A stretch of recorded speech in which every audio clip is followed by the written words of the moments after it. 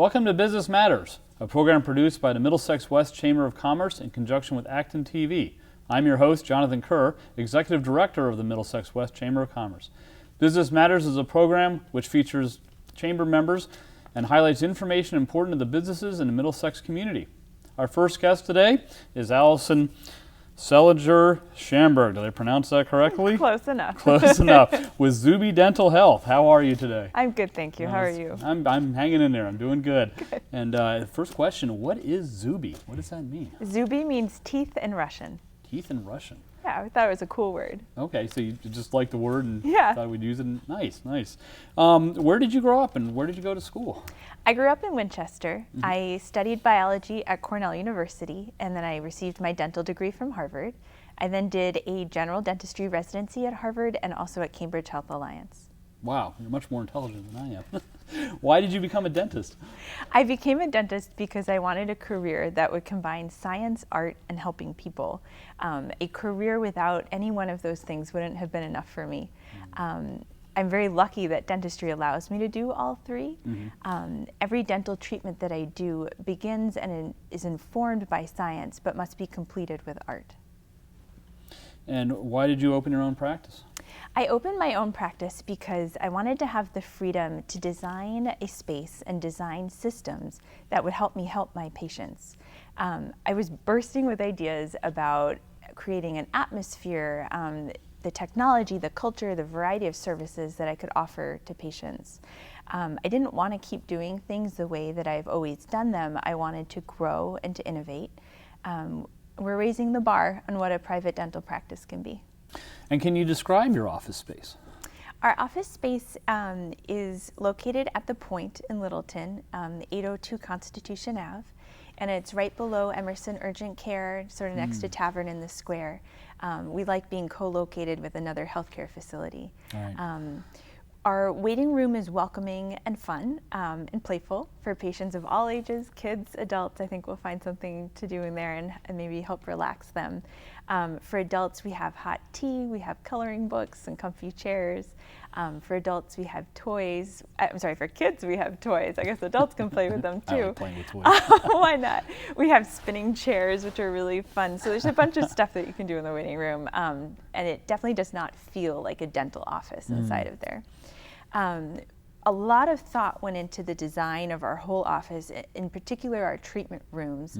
Mm-hmm. We had a dedicated design team and we focused on how to create a friendly and inviting environment that maximizes natural light and feels open. Our treatment rooms are designed to be both comfortable and friendly. And maybe a place where people might have even a good time and not necessarily feel like they're at the dentist again. That's why we have bright colors, we have big glass doors, and it all lets in light and just feels open. We also have a sterilization room that's state of the art. That's where all of our instruments and equipment are sterilized and disinfected. And we are very particular about maintaining high standards of cleanliness and keeping everything truly sterile. So what is the most exciting thing about your new office then? I'm excited about piloting ideas about how we can combine oral health and basic medical services and screening. For example, we already take blood pressure at every visit because we might catch a problem that a patient doesn't know that they have. And we're going to be asking ourselves, what else can we do to help our patients improve their overall health as well as their oral health? We hope to transcend the predominant model of what a dental private practice is and make it something even more. What sets your office apart from other dental offices? At Zübi Dental Health, the patient always comes first in everything that we do. We're delivering patient-centered oral health, which means that we respect the patient, we listen to the patient, and we work with them to create a treatment plan that works for them and for their individual needs. Our dental providers also focus a great deal on education. I spend a lot of time explaining my dental findings and discussing treatment options for the patient. I also work with them to help them understand how oral health relates to their overall body health. For example, diabetes and gum disease, periodontal disease, are very closely interconnected, and often treating one of them can help improve the other. at Zübi Dental Health, we're also very gentle and kind always to our patients. Nice. What new technology are you using in your dental office? Our office features state-of-the-art dental materials, equipment, and digital x-ray machines. Our dental chairs are also very comfortable, which people have been enjoying. I offer oral cancer screenings. I have a special light that can highlight suspicious tissues in the mouth. And I also have a tiny little camera that takes pictures of each individual tooth, and that can help engage the patient in seeing what I see in their mouth. Oh wow, so they get to see that as well themselves. And exactly. That can be kind of scary, I suppose. It can be a little freaky, but it works. Not sure how I would feel about that. What do you like best about working with patients? My favorite moment when working with patients is when I've finished doing a dental treatment that looks beautiful or feels so much better or relieves pain, and I ask them, how is it? How does it feel? And when their face lights up, I know that that tiny little thing that I did is going to really help them. Oh, good. What do you like to do outside of dentistry? I spend most of my time with my family. We're exploring every family destination we can find in New England. And I also like to create artwork and also compose music. Nice. So you recently had your grand opening. You had a ribbon cutting through the Middlesex West Chamber, and a number of people showed up, and it's a gorgeous facility. Thank you. Kind of very modern and fun at the same time. So Thank you. I hope that was a good event for you and you enjoyed that. We did. But I do want to thank you for coming in today and talking to us about Zübi Dental Health and letting us know that Zübi is a Russian word, which is something I did not know. And again, we thank Alison for coming from Zübi Dental and talking to us as a Middlesex West Chamber of Commerce member. And we'll be taking a break right now, and we'll be coming back with Victor Normand of Acton Real Estate Company.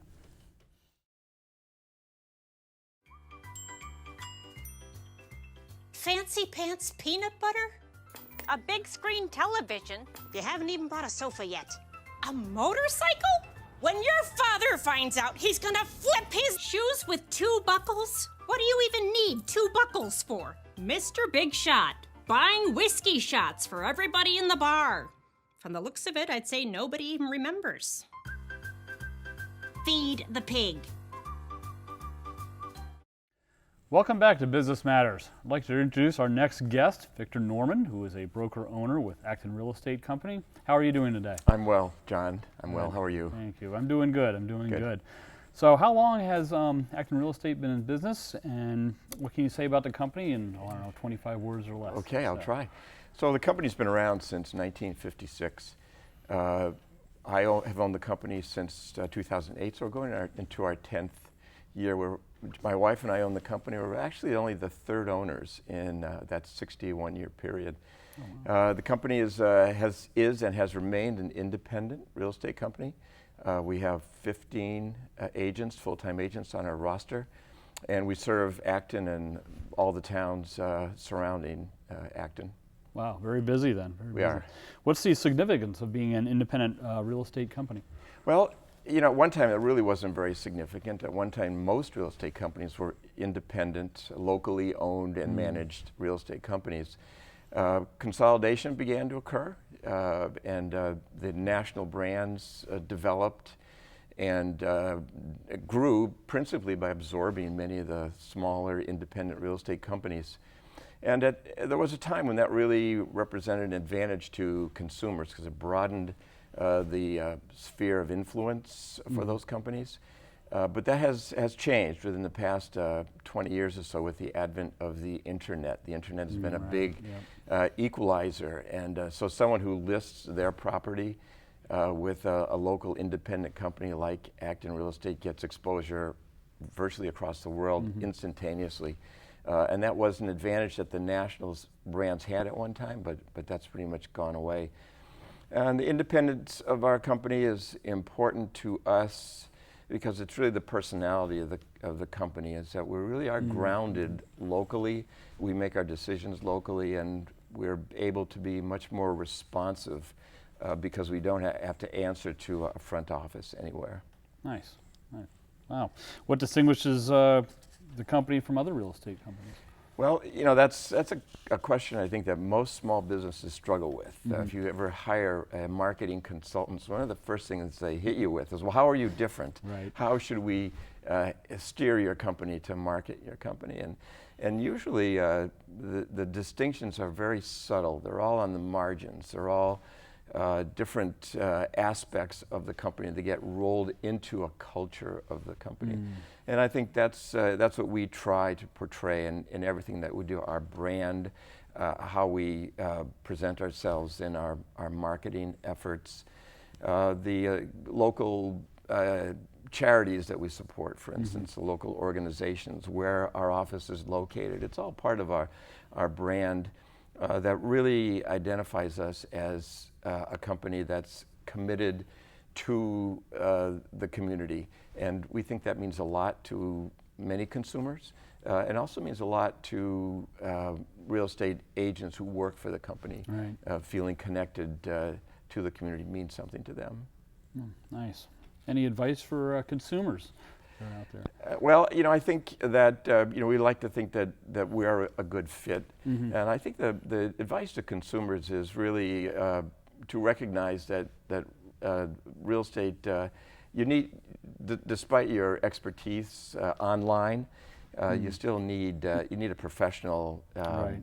on your side, and that's really what we offer. I think that if you go back a generation or so, the consumers would, at first, when they decided to buy a home or to sell a home, they'd look for a real estate agent, and the real estate agent would enter the process at that point.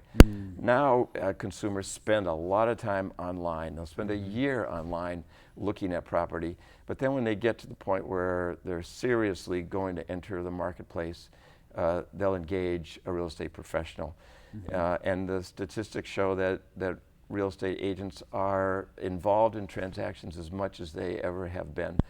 And I think that even dealing with millennials, this generation, very tech-savvy generation Right. coming along, I think they understand the importance of having a professional by their side. They don't accept professionals necessarily Right. on face value. You've got to demonstrate to them that you really do know your business. Right. But once you've established that relationship, then you can really get going and provide a good service to them.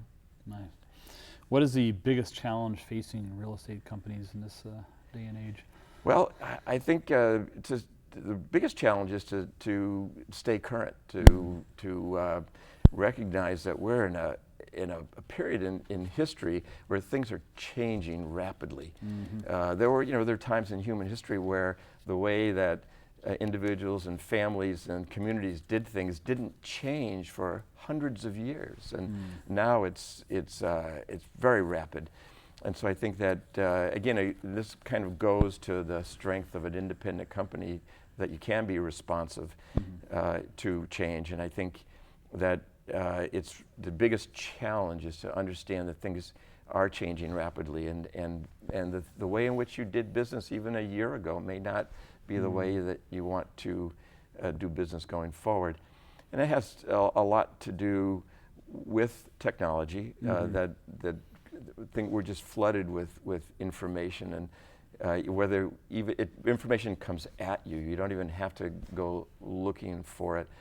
So that the way that we brand our company, the way that we put our company out there has to be responsive to what the expectations are in the community, and also our ability to attract real estate agents to work for the company. The real estate agents work on a commission basis, so we have a lot of flexibility in terms of who they work for, and real estate agents want to know that the company they're working for is progressive, is out front, has mastered technology, and has technology available to them, has resources within the company to help them do their business. So I think that, going back to your question, the biggest challenge is to be responsive, is to recognize that we're in a rapidly changing social, economic environment, and you need to be ready to deal with that. Is student loan debt a drag on first-time home buyers? Well, potentially it is. I think that there's a perception out there among younger people entering the workforce who have a great deal of student debt, that they're not going to be in the housing market for a long time. And in fact, a lot of recent graduates really focused on paying down that debt. And that's a worthwhile thing to do, but I think the important thing to remember, and I've actually counseled one of my daughters, who a recent grad school graduate, that she should really focus on her career and getting on with her life. And most student debt is federally sponsored debt, about 3/4 of it.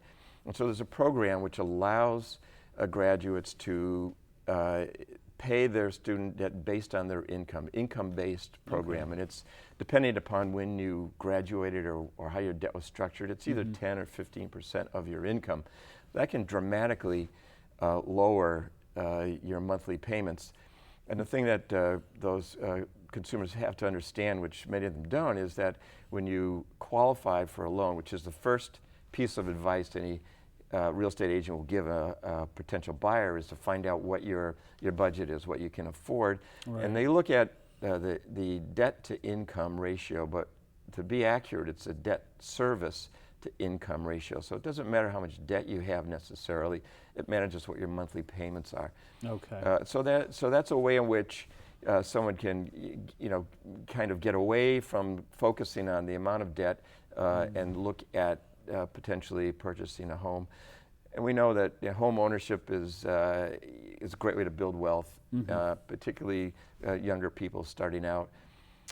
So I think that there's a sense in the marketplace that you're not going to be a candidate for buying a home if you have a lot of student debt.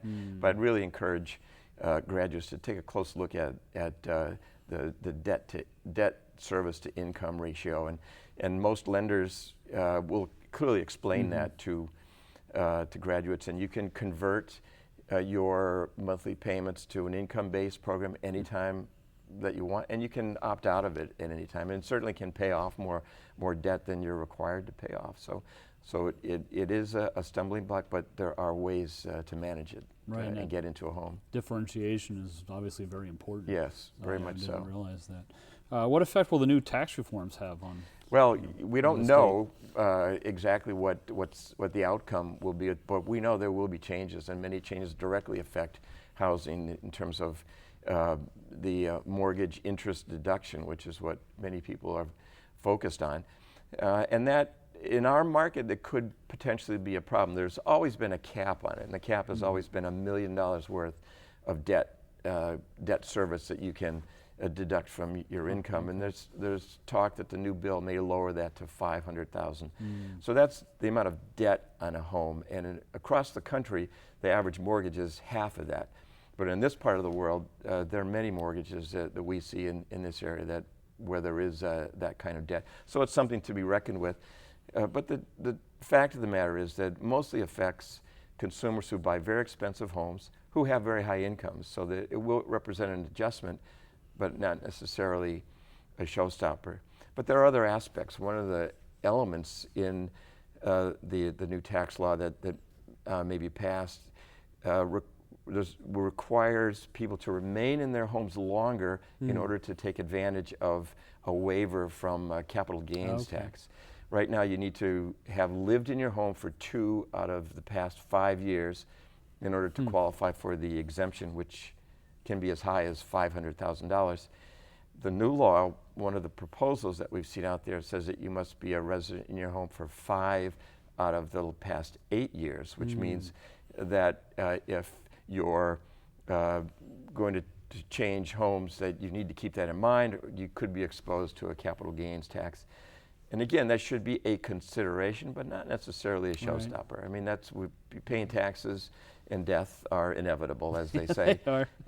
And that's going to happen. But of particular importance to pay attention to this tax bill is the effective date of that. So someone who's in a transaction now, who's lived in their house for more than 2 but less than 5, who's going to be closing on a home after January 1st may be exposed to a tax liability that they didn't think they were going to have to pay. And thank you. I'd like to let you know about an upcoming event for the Middlesex West Chamber of Commerce. We have our annual meeting on January 17th from noon to 2 p.m. If you're interested in registering, please visit our website in the calendar section and you can purchase tickets there. Hope you enjoyed our program. Please join Business Matters in February as we feature 2 more Middlesex West Chamber businesses and information pertinent in the Middlesex West business community. If you would like more information about the Chamber, please visit our website at MWCOC.com. Thanks for watching. We will see you next month.